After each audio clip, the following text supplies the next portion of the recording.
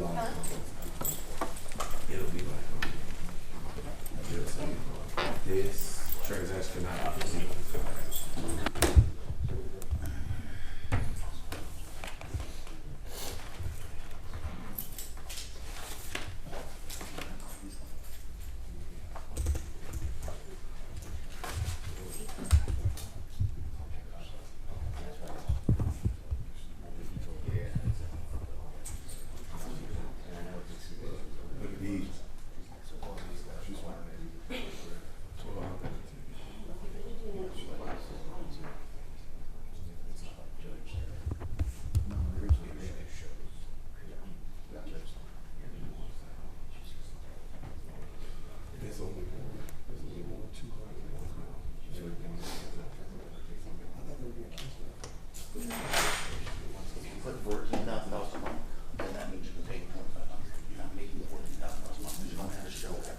Exactly. So you can't put someone in a higher level. That is how you do it. You take anybody's salary, divide it by 12, which means on average you make $2,000 a month. That's how you do a financial estimate. Okay, can I explain to you? That because of her attorney, Yeah. she sends those. He sends these. I know. Where they take half the money. So no, but you can't work. I understand that. So all the more reason why you only make $2,000 a month. Listen, you don't. This is the criminal contempt and the indirect civil How contempt. to go civil? The civil is just and Robert opens for you sometimes, he says? Yeah, he was open for me in both. Yeah. And you didn't do the Detroit show. We did do the church. And you only did one day of having in Baltimore. Not with you. We're supposed to do what? No. We did 3 shows. And you're told that for that was That gets me. 14,000. Well, it was actually Are we my gonna sit on this side? It was like after paying them back. Over here. So it was like On your tax return, what you took home, you would put what, 14 and change, 15-ish? yeah. You living that different with Robert still? 25, I'm sorry? 2,500. What's it going? Oh, you said, So you're yeah. living with Robert? Yeah. And you don't own a home? No, You don't own a car? I don't know. Paid? Yeah. No, I didn't do that one. I think I still have it.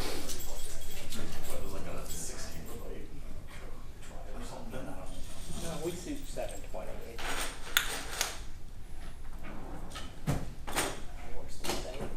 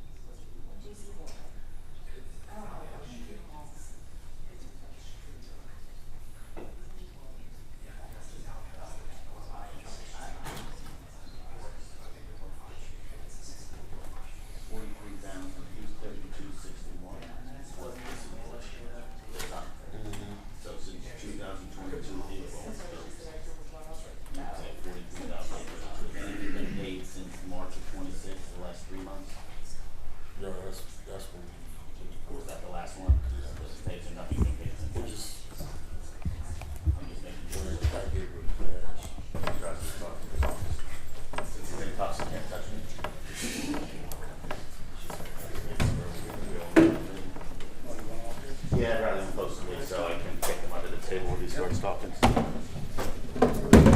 You didn't record that, did you?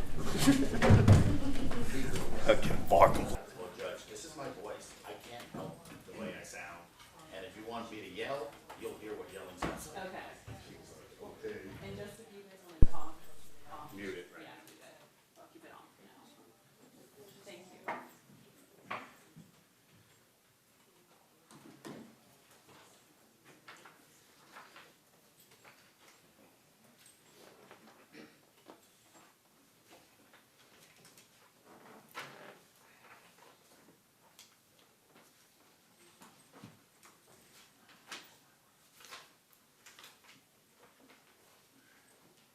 Is that frame? He doesn't have any sound, so. No sound How am I sitting on here? until the judge gets here. Oh, maybe that's why. The chair's harder to rock.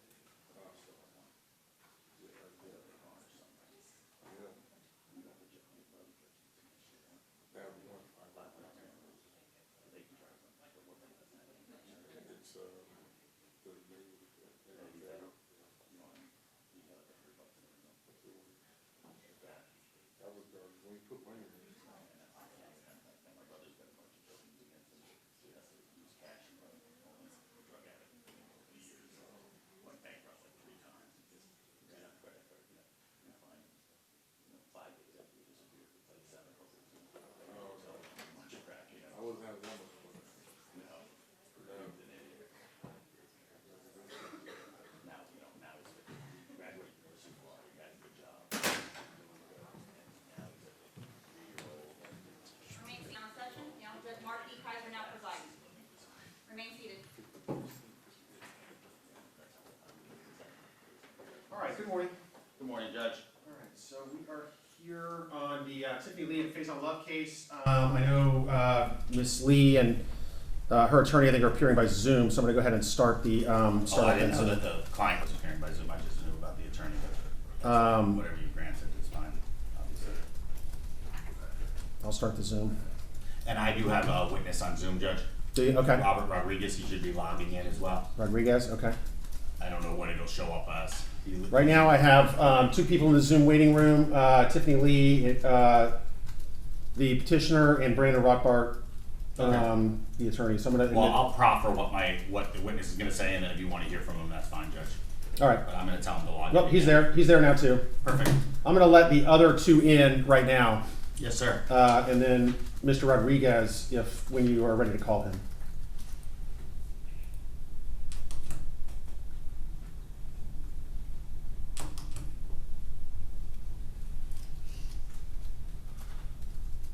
Good morning. All right. Good morning, Mr. Rothbart. How are you?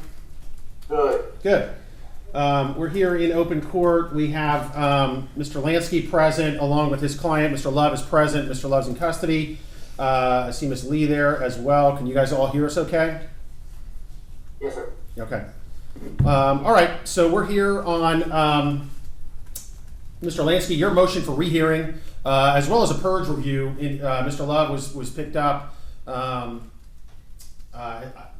Well, we were alerted on Wednesday afternoon that he was in custody in Hillsborough County, so that triggers within 48 hours a purge review because he was in Hillsborough County. It sounds like he might have been picked up earlier out of state, but we can get into that. But Yeah. So it's really a purge review as well as your motions for rehearing. Yes, So, Your Honor. Mr. Lansky, you can proceed. Yes. Your Honor, my client, Mr. Love, first of all, as you know, I was not his attorney when any of this happened. Correct. Or any of this. I practice in Hillsborough County. I've been practicing for 33 years as a family law attorney. And I am now. Mr. Rothbart, can you hear him okay from the council table? It's a little distant. Maybe he can come a little closer to the microphone or speak up. And I am now handling this case and Is that- will be in charge. Is that better? of Okay, everything. great. Yeah. So Mr. Love was picked up June 4th. He's been in custody 16 days in Riverside County. California. Okay. We didn't know he was picked up until several days later. Nobody could find him. Then he was transported down here, as the court said, on the date that you were alerted. So he's been in custody about 16 days right now. Your Honor, I've taken over this case. Obviously, you handled the hearing. This was all child support. I'm not sure how it was in front of you, because I thought all child support goes to the general magistrate automatically. But obviously you have jurisdiction, so that's not my argument. Right. I was just a little puzzled how it wound up in front of a judge instead of, because when it's solely child support, it's always sent to the general master by administrative rules. Well, I'll indicate there was a GM hearing back in December that I entered an order adopting the general magistrate's report and recommendation. After that, a separate motion for contempt was filed in this division. That triggered the automatic setting of a CMC. Based on that, the clerk automatically sets a CMC when a case is reopened in my division. And so from there, it just went to that CMC. That was the one that occurred in April.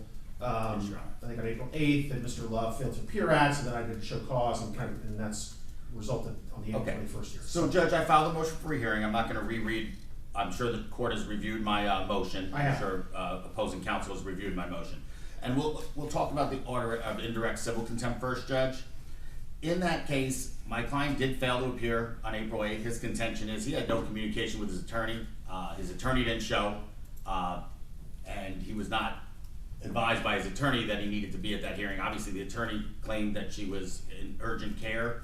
I know it's still his responsibility, but, the attorney, his testimony will be the attorney never advised him that he had to be present by Zoom or any other thing. I know that the court then followed up with another hearing, but the indirect civil contempt is based on that missed court hearing, which I believe, since the attorney herself didn't show, there should be some latitude given that Mr. Faison Love may not have, even though he may have known about the hearing. Most attorneys talk to their clients before the hearing and remind them of the hearing and what's going on and possibly preparing for the hearing. I don't think that should be weighed very heavily. The financial affidavit is the main thing that was pointed out here. And the court refers to dates in the future that opposing counsel brought up that he may be working. And obviously, when you fill out a financial affidavit, until those occur, which actually the May 1st through May 3rd in your order of contempt did not happen in Detroit. He did not have those shows. Those were canceled on him. And the May 15th and 16th, they did the shows in Baltimore, but it wouldn't have existed at the time of the financial affidavit. There is an ongoing duty to do a financial affidavit.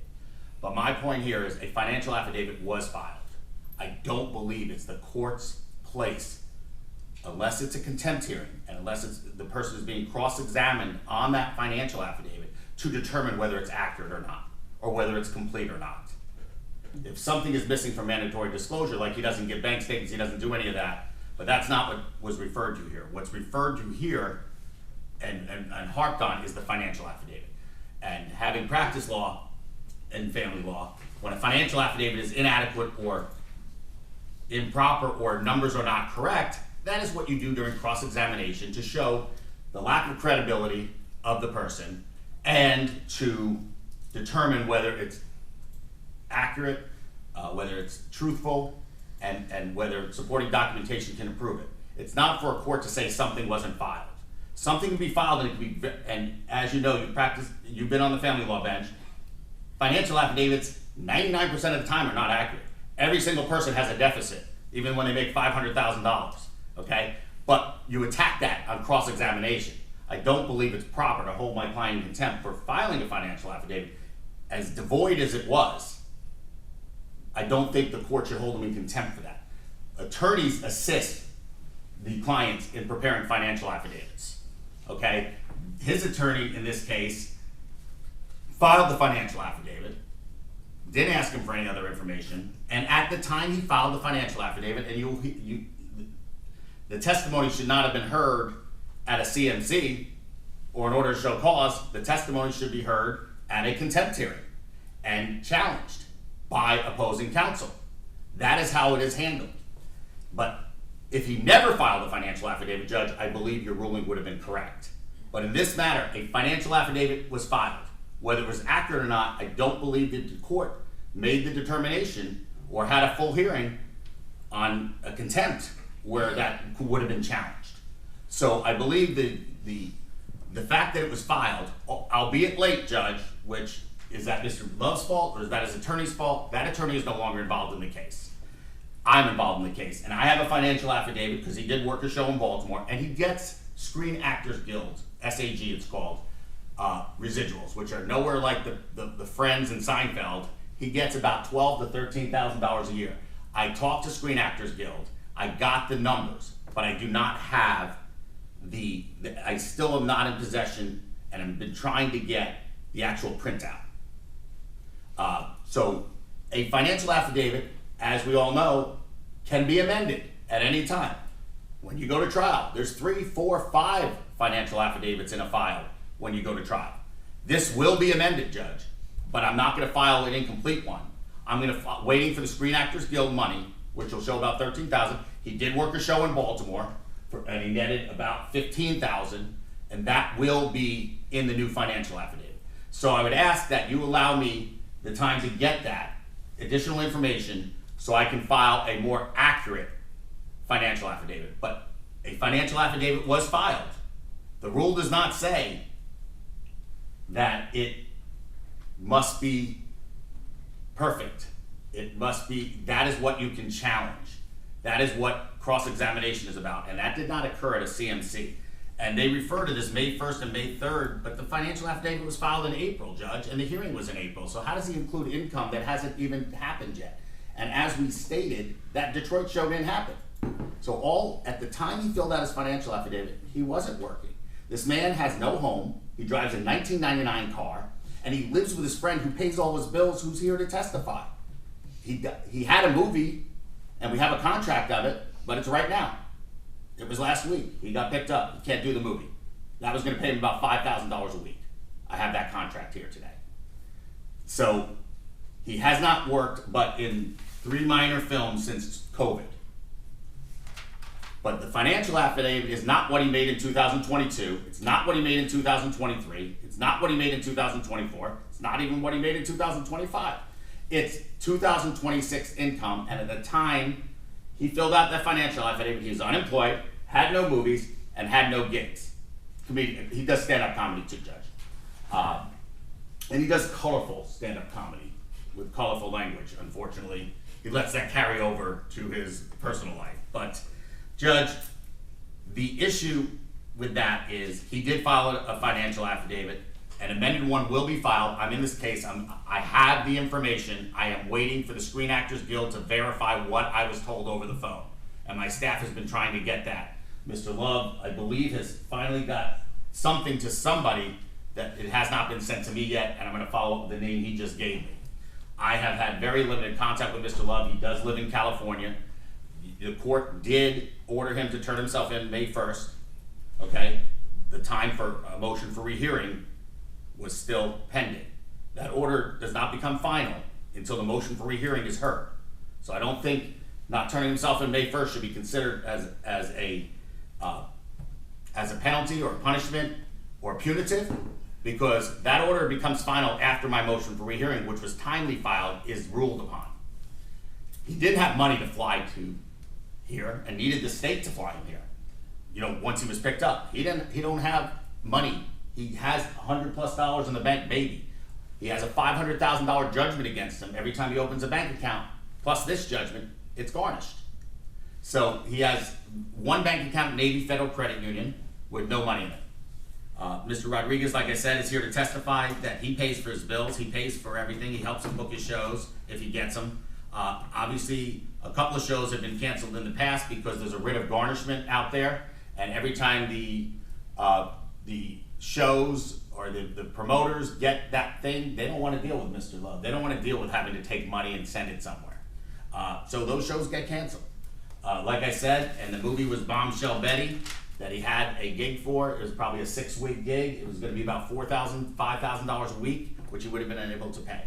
So on the order of indirect civil contempt, I'm asking that you commute that sentence based on what I've represented here to the 15 days he's already served, or in the alternative, suspend the remaining of the sentence pending my submission waiting on the Screen Actors Guild only to be able to submit that financial affidavit. And I do have a draft of a financial affidavit, but because of the court's ruling, I would like to have that Screen Actors Guild backup so it's not accused of being inaccurate.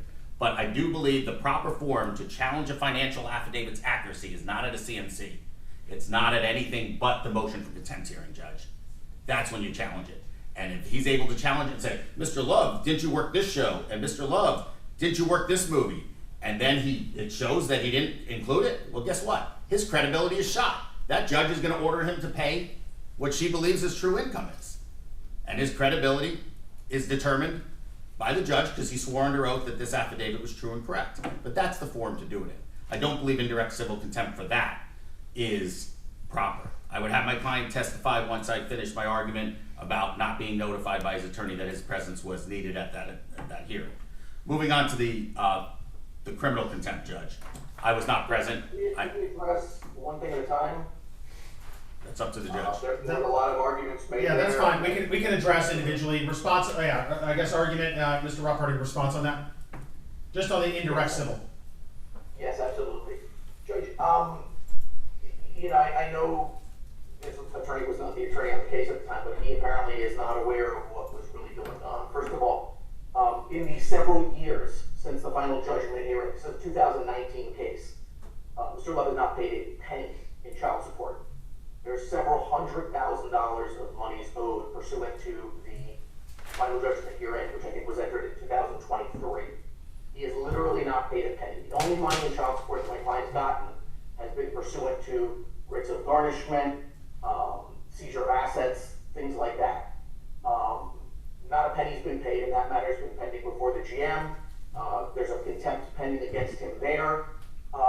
That's not before Your Honor today. But what is before Your Honor regarding this matter is not only the failure to provide the financial affidavit, but if you look at the order of indirect civil contempt, it's not just a financial affidavit. It's Mr. Love may purge himself of the indirect civil contempt hearing by providing a full and complete family law financial affidavit, including all attachments thereto required by 12.285E, which is the mandatory disclosure, which is not only the financial affidavit, but the bank statements, the credit card statements, the credit applications, the tax returns. Not a single page of documentation of that has been provided. Mr. I forget his name, I'm sorry. Mr. Lansky. Lansky, I'm sorry, has advised that, he said, and I quoted this, as devoid as it was, referring to the financial affidavit that's been provided. The financial affidavit literally said, 0 income, 0 assets, no bank accounts, no nothing. It was not like missing a few things. It was not, it was literally just a blank financial affidavit, essentially, saying, I have no income. We have collected, as I mentioned, some money pursuant to garnishments. And these garnishments are not small amounts. Yes, there are some small amounts from certain locations that we get. But just from a single comedy show that he did, which we had to litigate before the general magistrate to actually get paid, because Mr. Love's, one of his prior attorneys, was threatening the comedy club that they would sue them if they gave me any money pursuant to the order, which the GM ended up saying, no, you need to give that money, was over $9,000. So that was just about half of what he earned. So he's earning about $20,000 per comedy show. He does several shows in a weekend. He flies to different cities and does a comedy show and headlines, and they advertise it. And we've been sending out letters to these comedy shows saying, hey, he's performing there in 3 weeks. Here's a copy of the court order seizing, 55% of his income. And they end up fighting us on it. And like I said, you can take a look at the court record and you can see where that is. So it's not just a matter of, oh, well, I was between jobs. He gets constant money from his prior shows and movies and things like that. He's constantly doing comedy shows all over the country where he flies there and does these comedy shows for $18,000, $20,000 a pop. And to say, well, but I had a comedy show and it canceled, so I put 0 income, is not, well, but that's how it's done. I mean, if you're a plumber and you plumb one day and you plumb 3 days later, but you do your financial affidavit in between those days, on your day off, you don't say, I make zero income. I mean, that's just not how it works. So it's not just the matter of a financial affidavit that he has provided.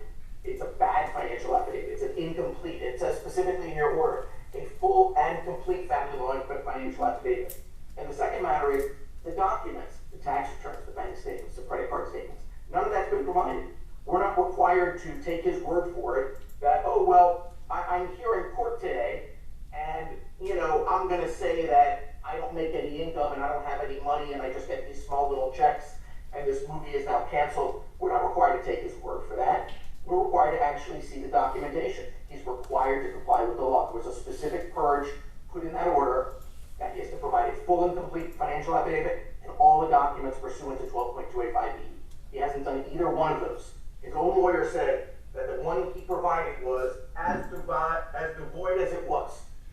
So it's not been there. Now, if he does provide those things, the order specifically states, should the documents be provided to Mr. Rothbard? And should the parties agree that said documents are complete, the parties may submit an agreed order discharging this indirect civil contempt. But if documents are provided and Mr. Rothbard does not agree that the same are complete, a hearing may be requested by Mr. Roth where the court will determine whether his obligations here under the next bill. That's not part of this motion for rehearing. He wants to do that and say, well, but we provided everything and we're going to provide everything and there's nothing to provide, but that's not set for today. It's not before the court. He hasn't filed the motion. He hasn't provided the documents to even be in a position to file the motion.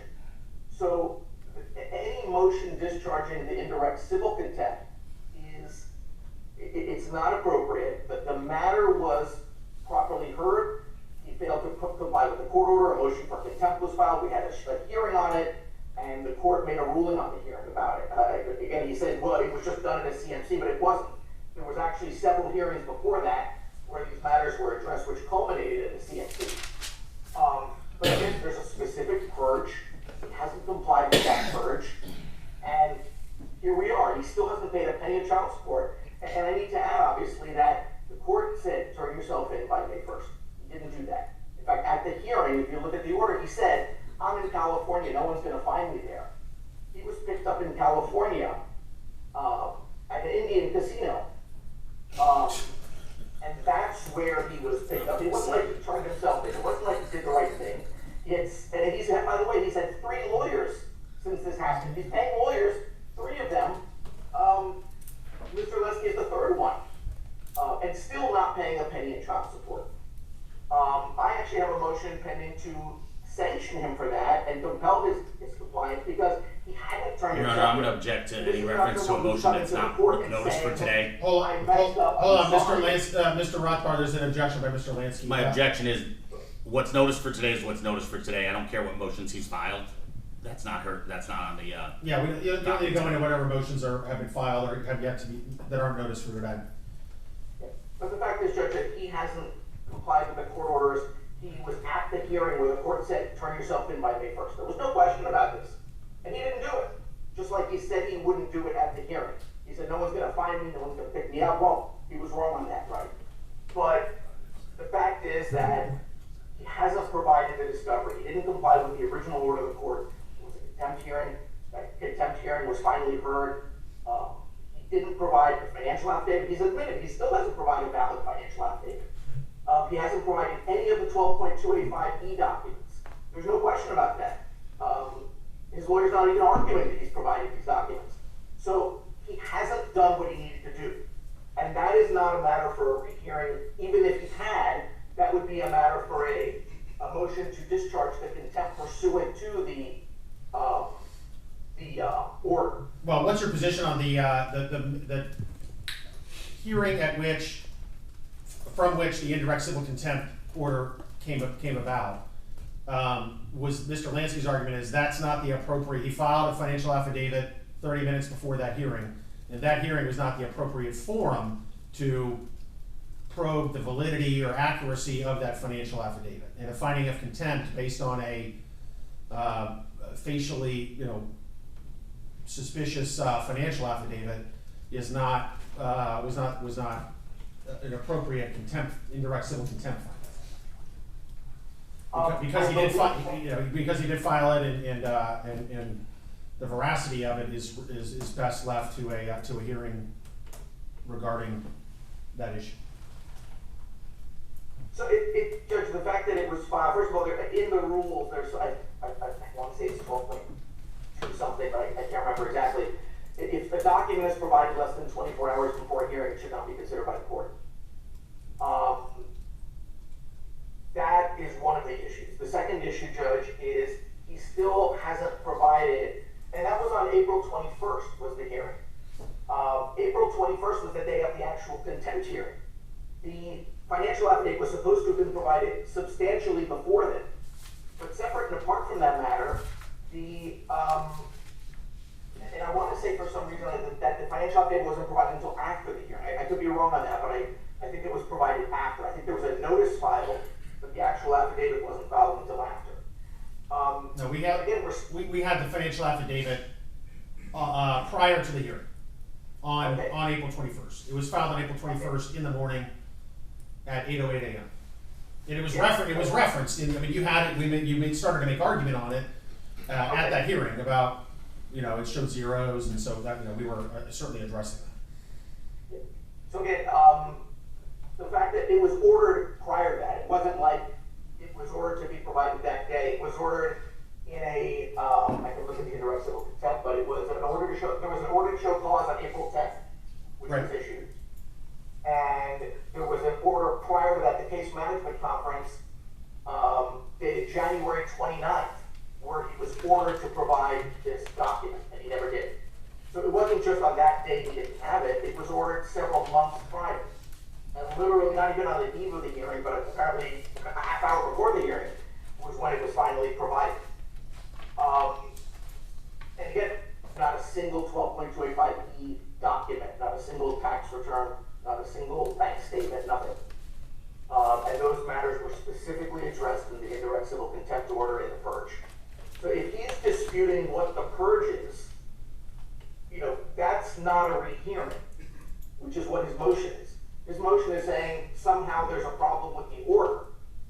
He's not saying, well, he's complied with the purge, we should release him on the indirect civil. That's not before the court, Well, it is. It's a purge review. I mean, I certainly have discretion to basically change the purge at any time. I mean, he's been picked up on a warrant or on a writ of bodily attachment on an indirect civil contempt. This is now a purge review. I have discretion to modify the purge, even absent a motion for rehearing. Yes, but we're still missing, like I said, a valid, full and complete financial affidavit, and that was what was in the order, not just any financial affidavit that says zero, but a full and complete one. Right, I got it. And the second thing is all the documents supporting it. Again, we're not just required to take his word for it in his statement or in his financial affidavit. If you look at the final judgment in this case, Judge, and I know it wasn't you, it was a prior judge, but he said, look, Mr. Love is lying. He says that he doesn't make any income, but he had $500,000 worth of deposits in his account for the last several years. So, this is not someone who's credible. We should just take his word for it. He doesn't work for like the state of Florida where he gets a W-2 and that's it. He gets money from different sources. He gets money from comedy shows and things like that. So we shouldn't have to take his word for it, whether his spoken word or his financial affidavit. We're entitled to see the documents, the bank statements, to see if they actually have $100 in them, to see if there's actually money coming into them, to see where he's paying his expenses, to see where he's getting his money to fly to all these places and do these comedy shows. We know he's been getting thousands of dollars because I get checks. I've got thousands of dollars in checks from the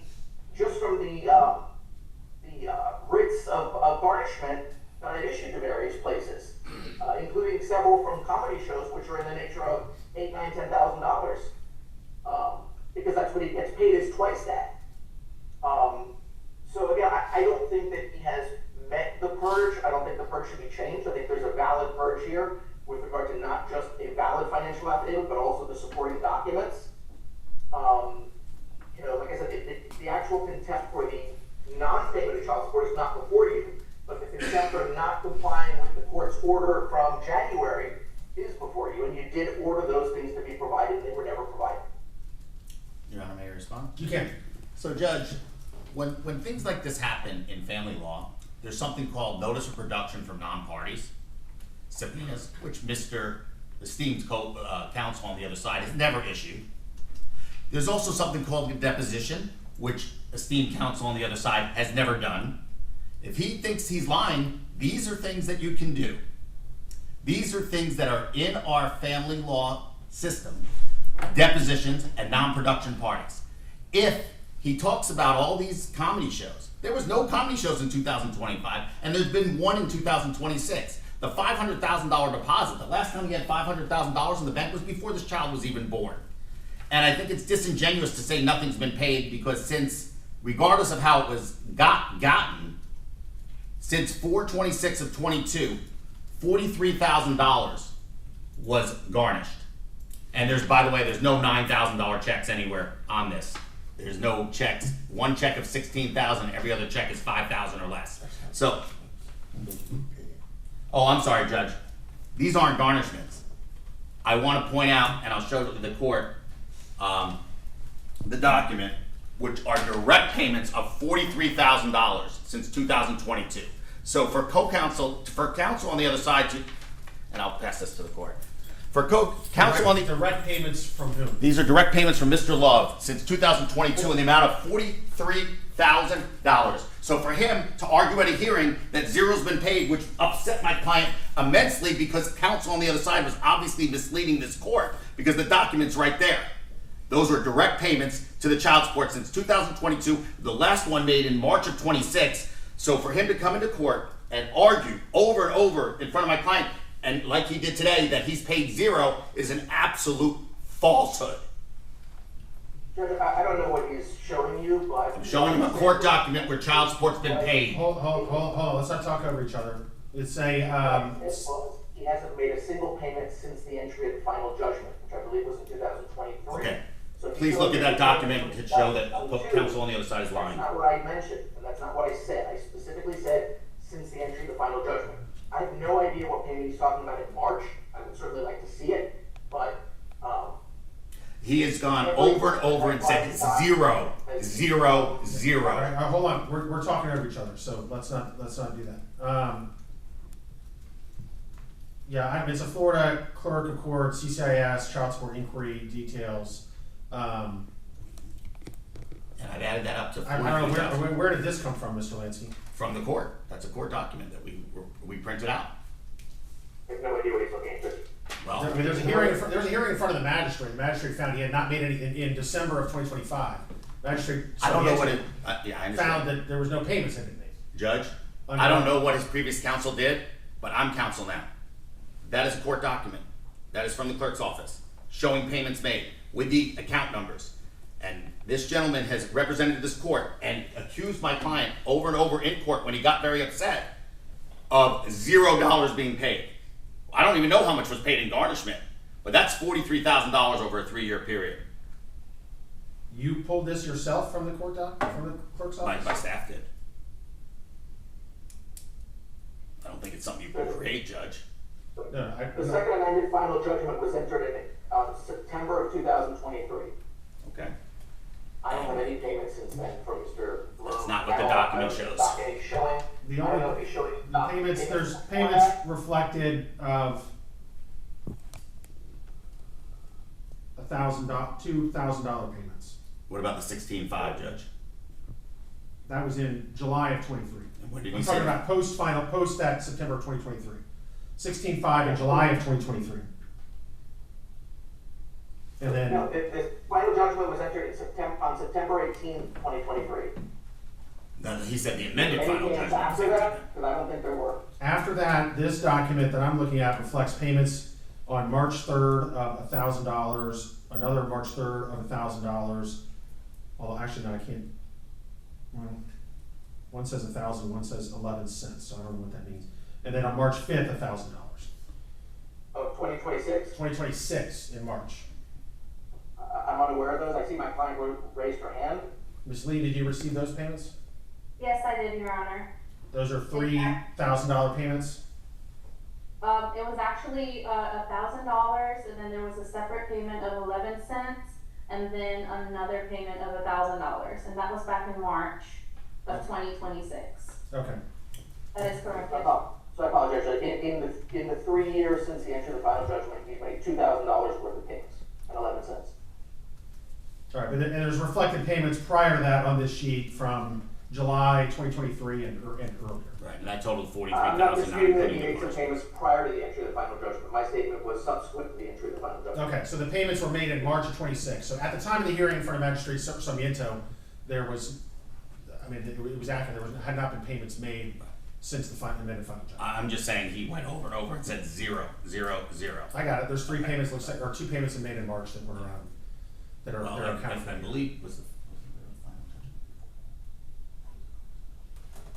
Took me off of Central. So do we not to pay?